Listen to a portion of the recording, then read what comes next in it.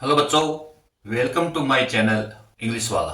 देखो बच्चों, आज के इस वीडियो के अंदर जो हमारे टेंस का जो लास्ट टॉपिक है, फ्यूचर परफेक्ट कंटीन्यूअस टेंस, उसके बारे में आज अध्ययन करते हैं। देखो बच्चों, फ्यूचर जैसे आपको पता है कि फ्यूचर परफेक्ट कंटीन्यूअस टेंस, ये कंटीन्यूअस टेंस यदि मैं हिंदी वाक्यों की यदि बात करूं तो से रहा होगा, से रही होगी, से रहे होंगे इत्यादि शब्द का यूज किया जाता है। और देखो बच्चों, फ्यूचर यानी जो भी कोई परफेक्ट कंटीन्यूअस टेंस होता है, उस टेंस के अंदर हमेशा जो भी कार्य किया जाता है वो कंटिन्यू रहता है और उसके अंदर टाइम का भी यूज किया जाता है, यानी टाइम दिया हुआ होता है। टाइम देने का मतलब हो गया कि टाइम से वो टू टाइप्स के बताए हमने, पॉइंट ऑफ टाइम और period of time. Point of time के लिए सिंस का यूज होता है और पीरियड ऑफ टाइम के लिए फॉर का यूज होता है। ये हमने पहले पढ़ा है, आज मैंने इसको डिस्क्रिप्शन नहीं किया है। देखो बच्चों, यदि यहां मैं बात करूं कि this is a verb tense that describe actions that will continue up until a point in the future, यानी ये जो टेंस है ये क्या है, एक वर्ब टेंस का होता है जो हमें ये बताता है, उस एक्शन के बारे में डिस्क्रिप्शन करता है, उस जो कार्य के बारे में बताया जाता है कि that will continue up until a point in the future, जो लगातार है। एक फ्यूचर, जब तक का कोई फ्यूचर टाइम ना आ जाए, फ्यूचर का कोई पॉइंट्स ना आए, उस समय तक ये लगातार जारी रहता है। The activity will have begun sometimes in the past. कुछ जो एक्टिविटी है, कुछ क्रियाविधि है, कुछ जो एक्शन है, वो क्या होता है कि पास्ट टाइम के कुछ समय में स्टार्ट हो रखा होता है और प्रेजेंट में भी होता है, या क्या है कि फ्यूचर में। बट वो क्या है कि कंटिन्यू लगातार है, वो फ्यूचर टेंस के अंदर जारी रहता होगा। जैसे मैं आपको ये कहूं कि मैं सुबह से पढ़ा रहा हूंगा, तो यहां पर सुबह से तो क्या हो गया, पास्ट, और आगे मैं पढ़ा रहा हूंगा, ये कौन सा टेंस हो गया, फ्यूचर टेंस। तो इस टाइप से यदि कोई सेंटेंस आए तो वह हमें किसको इंडिकेट करता है, फ्यूचर परफेक्ट कंटीन्यूअस टेंस। बच्चों, फ्यूचर परफेक्ट कंटीन्यूअस टेंस की यदि बात करें तो वहां हेल्पिंग वर्ब होती है शेल हैव बीन और विल हैव बीन।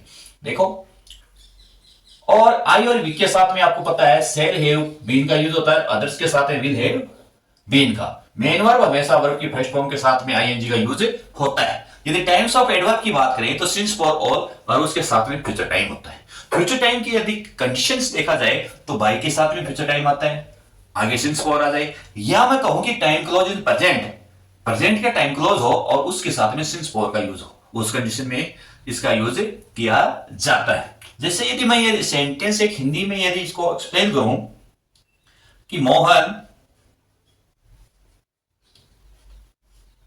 खेत में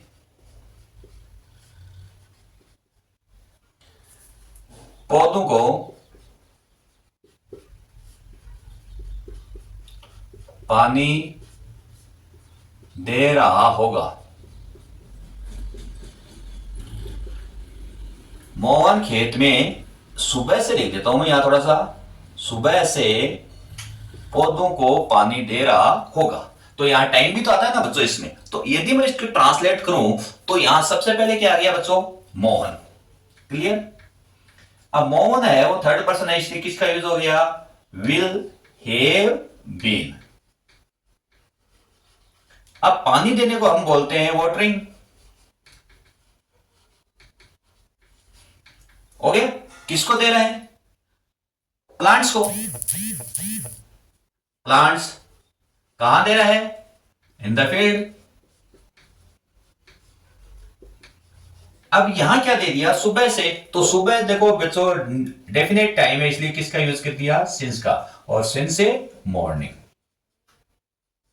सिंस से मॉर्निंग। यदि यही सेंटेंस नेगेटिव में हो तो बच्चों नेगेटिव में क्या होता है कि विल के बाद में नोट का यूज करते हैं, विल के बाद में नोट का यूज करते हैं। यदि इंटेरोगेटिव हो तो will Mohan have been watering हो जाएगा। तो इस टाइप से हम इसको ट्रांसलेट करते हैं। अब देखो एग्जाम में इसको देखते हैं, कॉम्पिटिटिव एग्जाम या कोई भी एग्जाम में किस टाइप से क्वेश्चन पुटअप होते हैं।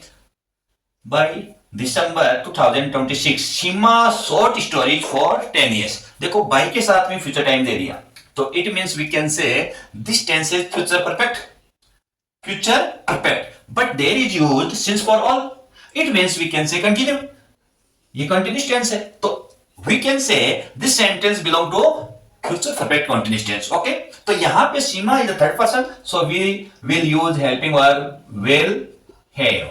आगे किसका यूज हो गया? बीन. आगे क्या है? देखो वर्ब है राइट, तो राइट का क्या हो जाएगा? राइटिंग. जब आईएनजी का यूज करते हैं तो बच्चों ई को हटा देते हैं. क्लियर?